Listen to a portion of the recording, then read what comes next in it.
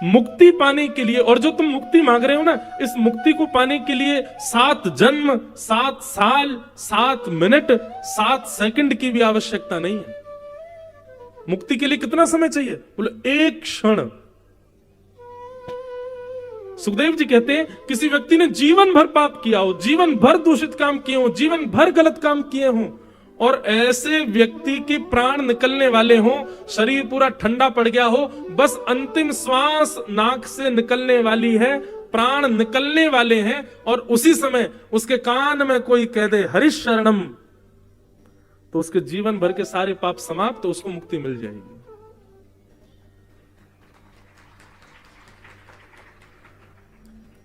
ताली बजाई, अच्छी बात है, लेकिन बात तो सुनो पूरी।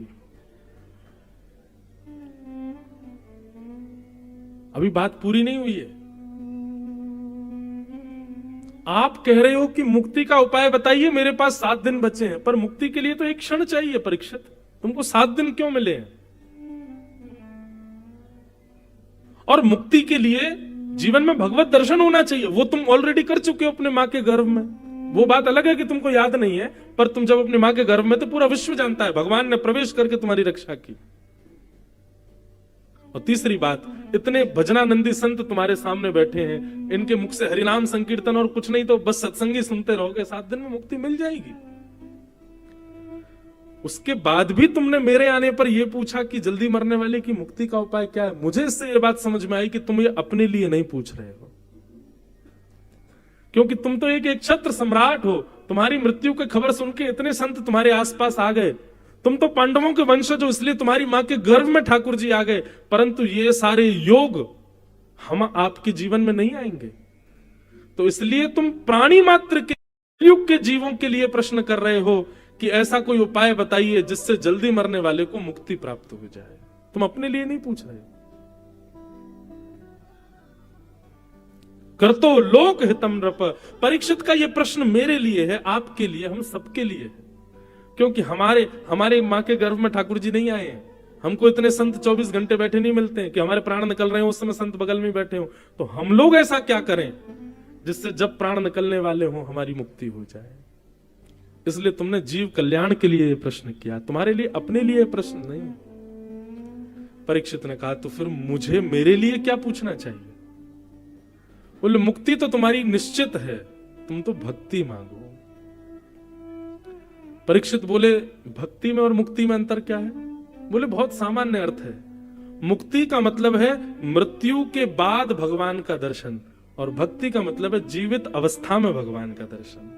जीवित होते हुए, इस पृथ्वी पर रहते हुए, अपने परिवार का निर्वहन करते हुए ठाकुर जी को प्रकट कर लेना और उनका दर्शन करना, यह भक्ति की सामर्थ्य है। और मृत्यु के बाद वैकुंठ में जाकर के भगवान को देखना, यह मुक्ति की सामर्थ्य है। परीक्षित, शमीक ऋषि के पुत्र ने तुमको 7 दिन ही क्यों दिए हैं? ताकि तुम इन 7 दिनों में ठाकुर जी को देख लो। मृत्यु हो मुक्ति हो वो बाद का विषय है, उससे पहले तुम भगवत दर्शन कर लो, और भगवत दर्शन कराने की सामर्थ्य केवल भक्ति में है। इसलिए तुम अपने लिए भक्ति मांगो, मुक्ति नहीं।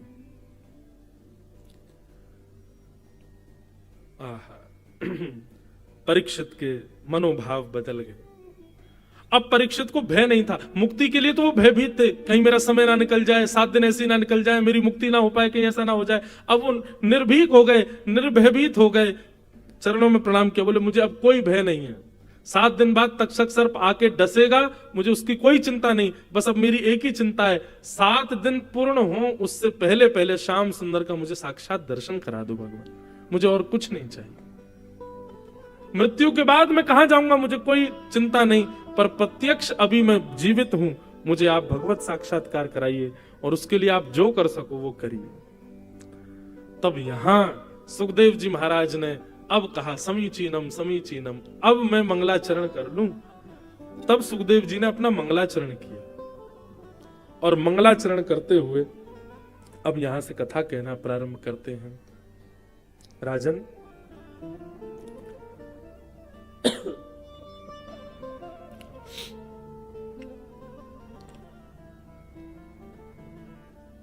सृष्टि का प्रसंग मैं तुम्हें पहले सुनाता हूं। ये पृथ्वी कैसे बनती है, कैसे इस पर सबका निर्माण होता है, किस प्रकार इसका पूरा संचालन होता है, इसके बारे में बताते हैं। तब पूरी सृष्टि का रूप बताते हुए कहा कि भगवान की नाभि से कमल उत्पन्न, कमल पर ब्रह्मा जी उत्पन्न हुए। ब्रह्मा जी ने भगवान से पूछा, भगवान क्या करूं? बोले तप करो। तप करके अब क्या करूं? बोले सृष्टि करो। कैसी सृष्टि करूं? जो कर्म भी करे और भजन भी करे, ऐसी सृष्टि बनाओ। तब ब्रह्मा जी ने पृथ्वी पर सबसे पहले उद्भिद बनाए, मतलब पेड़ पौधे, इनको बनाया। लेकिन ये कर्म करते हैं, भजन नहीं करते। उसके बाद स्वेदज बनाए, इनकी गंदगी से होने वाले कीड़े मकोड़े बनाए, लेकिन वे भी कर्म करते हैं, भजन नहीं करते। फिर अंडज बनाए, अंडे से उत्पन्न होने वाले जीव बनाए। भागवत में वर्णन है, पहले अंडा बनाया, फिर उसके बाद ये सब अंडज बने। तो पहले पृथ्वी पर अंडे आए थे, अंडज बनाए, ये भी कर्म करते हैं, भजन नहीं करते। उसके बाद जरायुज बनाए, जरा में लिपट करके होने वाले सारे जीव जंतु बना दिए, ये भी कर्म करते हैं, भजन नहीं करते। तब भगवान ने चतुश्लोकी भागवत का पुरुषण करने की आज्ञा की। 1.25 लाख का पुरुषण श्री ब्रह्मा जी ने भागवत जी के चतुश्लोकों का किया, और तत्पश्चात जब रचना की तब मानव को बनाया, तब मानव की रचना हुई। और मानव को बनाते ही भगवान ने वो दिया मानव को जो किसी को नहीं दिया, बुद्धि। सबसे पहले मानव सनक, सनंदन, सनातन, सनत कुमार, ये 4 बने। लेकिन ये चारों भगवान की पदवी को प्राप्त हो गए, इसलिए भगवान के प्रथम अवतार माने गए, इनको मानव नहीं माना गया। उसके बाद ब्रह्मा जी ने 10 मानस पुत्र बनाए, उनमें एक नारद जी थे, इनको बनाया। ये भी सब भजन के लिए चले गए। ब्रह्मा जी बोले पहले सृष्टि कर रहा था सब कर्म करने वाले, अब सब हो रहे हैं भजन करने वाले। तब ब्रह्मा जी की ललाट से देवादिदेव महादेव शंकर भगवान प्रकट हो गए। बोलो महाकाल भगवान की जय। ब्रह्मा जी के ललाट से उत्पन्न हुए हैं महादेव। जैसे ही महादेव प्रकट हुए, प्रकट होते ही ब्रह्मा जी ने कहा चलो, अब इस नाते से तो पिता लगते हैं ब्रह्मा जी शंकर जी के। कहां चले पिताजी? बोले कि पिता की गद्दी संभालो, मैं सृष्टि करता हूं, दुनिया बनाता हूं, तुम भी मेरे साथ दुनिया बनाओ। शंकर जी बोले हम तो भजन करने आए हैं, सृष्टि वृष्टि हमसे मत करवाओ, हम तो ध्यान करने के लिए आए, भगवान ये सृष्टि वृष्टि आप ही करो। लेकिन शंकर जी को तभी मन में भाव आया कि पिता की आज्ञा अगर नहीं मानी जाएगी तो हम कुपात्र बालक हो जाएंगे। 4 प्रकार की संतान होती हैं। उत्तमः चिंतितः कुर्यात्, प्रोतत्कारी तु मध्यमः, अधमो अश्रद्धया कुर्यात्। उत्तम संतान किसको कहते हैं? जो माता पिता के चेहरे के आव भाव से ही समझ जाए कि वो क्या चाहते हैं और उसको कर दे, वो उत्तम बालक। मध्यम बालक उसको कहा गया जो आज्ञा का पालन करे, आज्ञा हो तब उसको क्रियान्वित करे, आव भाव से ना समझ पाए। अधम बालक किसको कहा गया? आज्ञा का पालन तो करता है लेकिन 100 सुनाता है, मां को 100 सुनाता है, पिताजी को पूरे दिन पीछे पड़ी रहती हो, दुकान चला जा, ये कर ले, पढ़ ले, ये कर ले, ठीक पढ़ तो रहा हूं मैं, कर तो रहा हूं मैं, ऐसे कर करके जो बालक आज्ञा का पालन करते हैं। आप सबकी चेहरे की हंसी बता रही है कि लगभग ये वाले बालकों की मात्रा ज्यादा है। और चौथे होते हैं चांडाल। अब समझ जाओ चौथे कैसे होते होंगे। बोलते रहो कोई फर्क ही नहीं पड़ रहा है, मां पीट दे कोई फर्क नहीं, पिताजी डांट दें घर से निकाल तो भी कोई फर्क नहीं, अपने जैसे हैं अपने राम वैसे रहेंगे हम, तो हमें कोई फर्क नहीं पड़ता। इनको चांडाल बालक कहा। तो शंकर जी बोले भैया देखो, प्रथम उत्तम बालक तो हम नहीं बन पाए, पिता की आज्ञा का पालन करने से पहले ही कर देते, अब कम से कम हम मध्यम बालक तो बन जाएं। तब शंकर जी बोले ठीक है पिताजी, हम भी सृष्टि करेंगे, चलो क्या करना है? बोले संसार बनाओ, मानव बनाओ, कुछ दिन हम आराम पे जा रहे हैं, तुम संसार बनाओ। शंकर जी बोले ठीक है। लिए त्रिशूल आ गए महाराज पृथ्वी पर। शंकर जी को डायग्राम दिया था ब्रह्मा जी ने, बोले ऐसे बनाने मानव, 2 आंख, 1 नाक, 1 मुख, 2 कान, 2 हाथ पैर, बुद्धि। शंकर जी ने डायग्राम तो बहा दिया, गंगा जी में बोले ये तो ओल्ड हो गया, अब हम नया बनाएंगे। को मुखहीन बिना मुंह वाले आदमी बना दिए, और विपुल मुख काहू, किसी के खूब सारे सिर बना दिए, और सिर लिए ही घूम रहा अपने। शंकर जी बोले हाँ जी अब बढ़िया लग रहे हैं। विन पग चले ही, बिना पैर के चलने वाले रेंगने वाले मानव बना दिए। और किसी के बहुत सारे पैर बना दिए। अच्छा, ये मानव जीता कैसे? बोले अन्न से जीता है। बोले नहीं, इसका उल्टा कर दो। अब ये सब कैसे भी जीजा? बोले कैसे? बोले पेड़ खा करके जी लेगा, तेल पी के जिएगा, अलग अलग आहार बना दिए मानवों के। इतनी विचित्र सृष्टि बना दी महाराज। एक रावण का श्लोक है, मैंने गाया, खूब लोग उसको सुनते हैं। अभी भी मैं महाकाल गया, वहां पे पुजारी जी बोले एक बार सुना दो। ये श्लोक रावण ने इसी भाव पर लिखा कि मेरे गुरुदेव महादेव ने सृष्टि कैसी की थी। तब रावण कहता है कि मेरे महादेव के द्वारा की गई सृष्टि के लोगों के स्वर कैसे थे, वो बोलते कैसे थे। तो कहता है यस्यास्त्रे ड्राट ड्राट डुट डुट मम लम टम टम टम टम टम डम शम डुडम शम डुहि डुहि चकितम भूपके भूपनालम तैलम तैलम तो तैलम खुकु खुकु खुकु ख्वांग ख्वांग ख्वांग ख्वांग ख्वांग ध्यायन्ते यस्य गान्ते वसति च सकलम पातुनो चंद्रचूड़। रावण के द्वारा रचित श्लोक है। और किस भाव में? कि मेरे महादेव की सृष्टि कैसी है। किसी के पेट में ही सिर है, किसी के मुंह पे केवल आंख ही आंख है, किसी के हाथ नीचे पैर ऊपर हैं। ऐसी विचित्र सृष्टि बना दी। महादेव बड़े प्रसन्न हो रहे हैं देख करके, वाह कितनी सुंदर लग रही है। पिताजी ने एक जैसे बना दी, तो मैंने अलग अलग बना दिए सब। महाराज अब तो शंकर जी का टेक्नोलॉजी और हाई करने लगे। अब तो ऐसी कर दी कि मुख से आग निकलने लगी मानवों के। अब वो मुंह खोले आग से पूरी धरती जला दे, कोई मुख से मुंह खोले तो बर्फ निकाल के सबको जमा दे। ऐसी सृष्टि तब जब पहुंच गए, बस अब होने ही वाला था, प्रलय का समय आने वाला था। इतने में ब्रह्मा जी की आंख खुली। ब्रह्मा जी बोले देखें सृष्टि कैसी चल रही है। नीचे आकर के देखा तो ऐसे मानव क्यों ब्रह्मा जी को ही मारने भागे। शंकर जी के पास गए, अलम प्रजा भी, तुम्हारे हाथ जोड़ रहे हैं, बस करो, बस अब इसको सब यही रोक दो, नहीं अब नहीं करनी सृष्टि। महादेव बोले पिताजी हम तो साधक हैं, हम ठाकुर जी का चिंतन करने के लिए आए हैं, हमको ये सृष्टि वृष्टि का काम मत दीजिए आप। हम तो निरंतर ध्यान में रहने के लिए आए हैं राघवेंद्र सरकार के, हमारे माधव की मधुर लीलाओं के। ये सृष्टि का काम हमसे नहीं हो पाएगा, लेकिन हाँ संहार करना हो तो हमको याद कीजिएगा। एक भ्रगुटी टेढ़ी करेंगे पूरी पृथ्वी पर प्रलय हो जाएगा, उसके लिए आप हमको बुला लेना, लेकिन तब तक के लिए आप कृपा करके हमको भजन के लिए जाने। तो हम सृष्टि करने के लिए नहीं बने। शंकर जी बोले, ब्रह्मा जी बोले ठीक है, अब सब भजन करने वाले हो जाओगे, सृष्टि करेगा कौन? बोले वो आप देख लेना, पर हमको भजन करने दो। तब ब्रह्मा जी से शंकर जी ने कहा हमको एक स्थान दे दो। बोले उत्तर में चले जाओ, ये जो पर्वत है कैलाश, ये आपका निवास, आपका लोक है, वो शिव लोक। और सुनो, ये जितने तुमने बनाए भूत प्रेत पिशाचनी डाकनी, इनको सबको संग लेके जाओ अपने। ये जितने तुमने जीव मानव बनाए, इनको, ये मानव नहीं है, ये भूत है, ये इनको संग ले जाओ अपने। महादेव अपनी समस्त सृष्टि को लेकर के कैलाश पर विराजमान हो गए। बोलो देवादिदेव महादेव शंकर भगवान की। नमः पार्वती पतये हर हर महादेव। देखो अपने प्रिय महादेव के दिन ही राघवेंद्र सरकार मंदिर में विराजमान हुए। कल सोमवार था और कल ही हमारे ठाकुर जी विराजमान हुए। मानो ऐसा लग रहा था कि वार के रूप में महादेव पहुंचे हों। महादेव वहां विराज के। हम लोग बंधुओं, ये मध्य प्रदेश जो है महाकाल की भूमि, पूरी पृथ्वी महाकाल की है, लेकिन यहाँ तो विशेष है। और इस कथा में आने से पहले हम पूर्व प्रणाम ही महादेव को करके आए। तो भाव है आज की कथा के विश्राम में महादेव को वंदन करें। सब लोग मेरे साथ गाओ।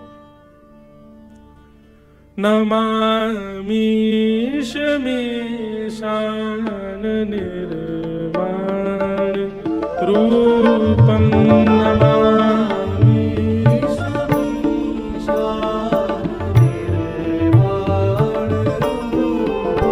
और आपको जानकर के आश्चर्य होगा, जब हम गुना के लिए आ रहे थे तो महाकाल दर्शन करने के लिए जब गए तो वहां ऐसी लीला हुई। एक तो लाल जी हमारे साथ में थे, तो पहले तो मन में विचार हुआ गाड़ी ऑन रहने देते हैं, एक व्यक्ति गाड़ी में बैठा रहेगा, लाल जी गाड़ी में ही रह आएंगे। पर हमारे साथ जो पंडित जी थे वो पहले ही लाल जी को लेकर उतर गए। मैंने कहा लाल जी को तो गाड़ी में ही रहने, बोले नहीं महाराज जी ले चलते हैं। मैंने चलो, भीतर कहीं धक्का मुक्की ना लगे। अंदर पहुंचे तो हमारे एक परिवार है, उन्होंने सब दर्शन की व्यवस्था बढ़िया करा रखी थी। पुजारी जी पहचान गए तो वो सीधे भीतर ही ले गए। अब भीतर जाकर के जब महाकाल का हमने दर्शन किया, दर्शन करके मैं तो बढ़िया बलियां वलियां लेके मैंने कि ठीक है महाकाल निकले। जैसे ही हम जाने लगे तो पुजारी जी अपने आप आए, हमारे ठाकुर जी की झांपी जी देखे, बोले ये क्या है? मैंने कहा ये शंकर जी पर चढ़ाने की कोई सामग्री नहीं है, हमारे ठाकुर जी है। वो तो सीधे मांगने लगे। मैंने कि कहीं ये प्रसाद समझ के चढ़ा नहीं दे ठाकुर जी को। मैंने कि नहीं नहीं इसमें हमारे ठाकुर जी है, इनको मतलब नहीं नहीं निकालो इनको। अब हमको ठाकुर जी निकालने में बड़ा भय लगता है, छोटे से ठाकुर जी हैं, उनके आंख नाक सब एक हो जाएंगे ऐसी किसी ने पकड़ लिया तो। बड़ा डर डर के मैंने महाराज वो जैसे ही झांपी खोली, पुजारी जी ने पूछा भी नहीं उठाने के, सीधे एक हाथ से ठाकुर जी उठाए। अब तो मैंने कि भैया लाल जी बस सही सलामत आ जाना है। और सीधे गए, महादेव की इतनी मोटी माला, और माला के ऊपर ही ले जाकर के लाल जी बैठा दिए महादेव के बिल्कुल गोद में। हमारे ठाकुर जी बैठ गए, मानो ऐसा लग रहा था कि लाल जी अपना उत्सव मना करके आए और श्री महाकाल भगवान ने उनको अपनी गोद में बैठा लिया, गोद में ले लिया। देख करके नेत्र सजल हो गए। हमारे लाल जी पूरे नहा गए। इतनी सर्दी में द्वारिका में भी हमने उनका अभिषेक नहीं किया। मैंने सर्दी का समय हमारे वृंदावन में अभिषेक कम होता है ठाकुर जी का, पर वो पुजारी जी ने बिना विचार किए वहीं जल डाला महादेव को। पूरे हरि और हर दोनों एक संग नहा रहे थे। जय हो, आनंद हो गए। अब लाल जी तो ठिठर गए ठंड में थी, लेके हमने बढ़िया उनको कंबल अंबल उड़ा के लिटा दिए। ठाकुर जी बोले मैं अकेला ठिठरूंगा, काम नहीं बनेगा। तो वो जो मोटी माला कम से कम 2-2.5 किलो की होगी, और उसमें 1-8 किलो पानी था, पंडित जी लाए, ला करके सीधे मुझे पहना दी। मैं भी भीग गया पूरा ऊपर से नीचे, और मेरे हाथ पांव कांपे ठंड के मारे। मैंने कहा लाल जी आज तो अद्भुत लीला करी आपने। ऐसे हमारे महादेव हैं, ठाकुर जी से बहुत प्रेम करते हैं महादेव। सब लोग महादेव को चित्त में विराजमान करके गाओ। नमामि शमीशान निर्वाण रूपम, नमामि शमीशान निर्वाण रूपम, विभुं व्यापकं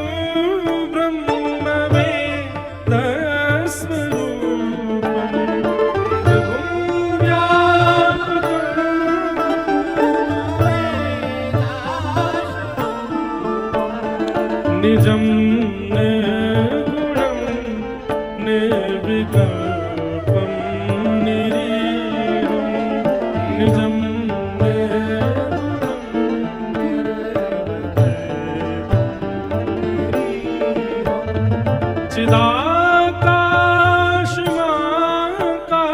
चिदाकाशमाकाशवासं भजेऽहं,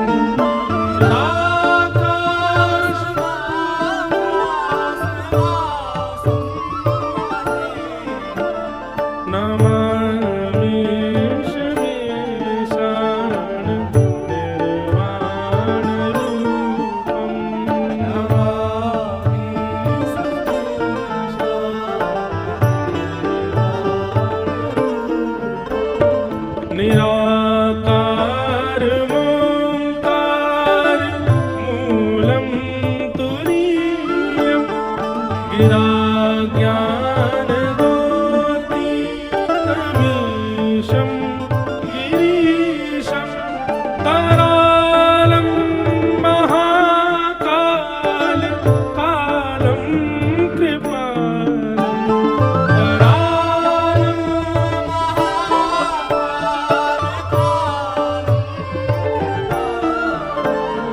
गुणागार संसार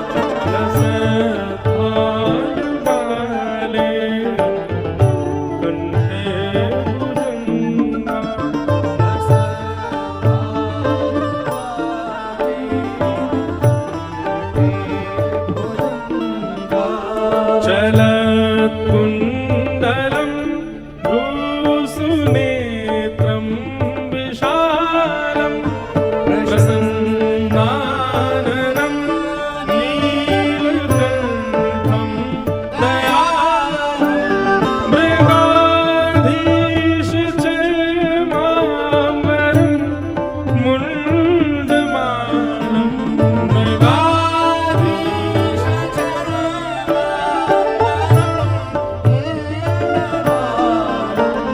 प्रियं शङ्करं सर्वनाथं भजामि प्रियं शङ्करं सर्वनाथं भजामि प्रचण्डं प्रकृष्टं प्रगल्भं परेशम् अखण्डम् अजं भानुकोटि प्रकाशम् त्रियः शूलनिर्मूलनं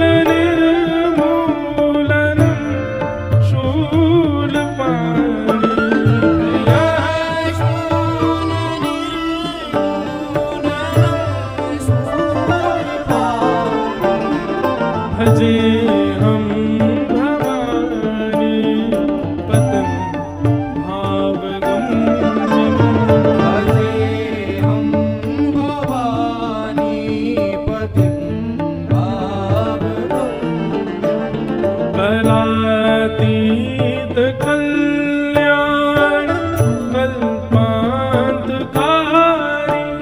सदा सज्जनानन्ददाता पुरारी चिदानन्द सन्दोह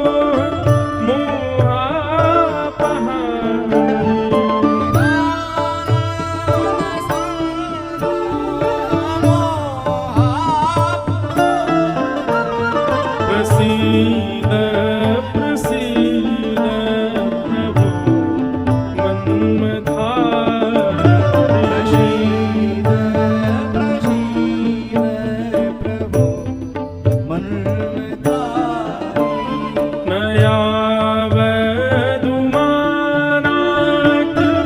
यावदुमानाकृपादार विन्दं भजन्ति ह लोके परे न तावत् सुखं शान्ति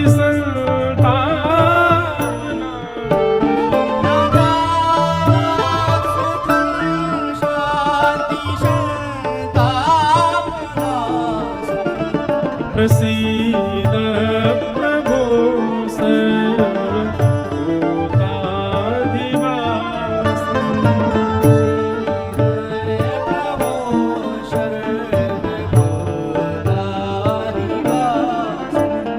न जानामि योगं जपं नैव पूजा न तोऽहं सदा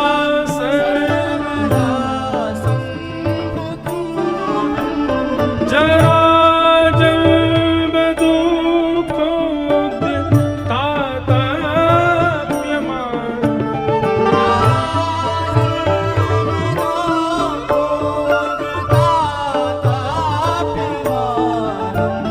प्रभु पाहि आपन् नमामि शशंभो।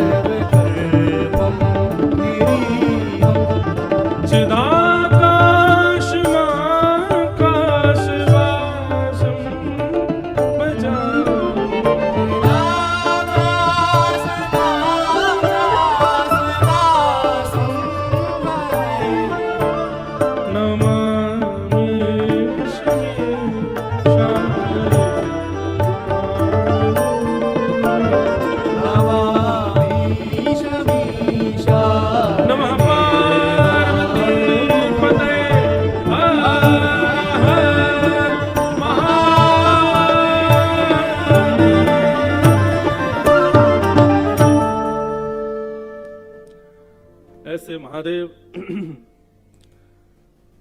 सृष्टि के प्रारंभ में पधारे और ब्रह्मा जी को सुख देकर के फिर वहां से प्रस्थान कर गए। ऐसे महादेव की पावन नगरी ये मध्य प्रदेश है, जहां हम विराज करके महाकाल को ये कथा श्रवण करा रहे हैं। कल कथा का विश्राम दिवस और नहीं, कल कथा का पंचम दिवस, और कल कथा में कृष्ण जन्मोत्सव होगा। आप सब लोग पीले पीले वस्त्र पहन करके आना, खूब बढ़िया सुंदर कल तैयार होके आना, और ये भाव रख के आना कि हम सब ब्रजवासी हैं, अपने लाला को जन्मोत्सव मनावे जा रहे हैं। कल खूब आनंद से ठाकुर जी का जन्मोत्सव मनाया जाएगा। आप सब लोगों को बहुत बहुत जय श्री कृष्ण, जय सिया राम, जय श्रीमन नारायण। जय श्रीमन नारायण। खूब आनंद।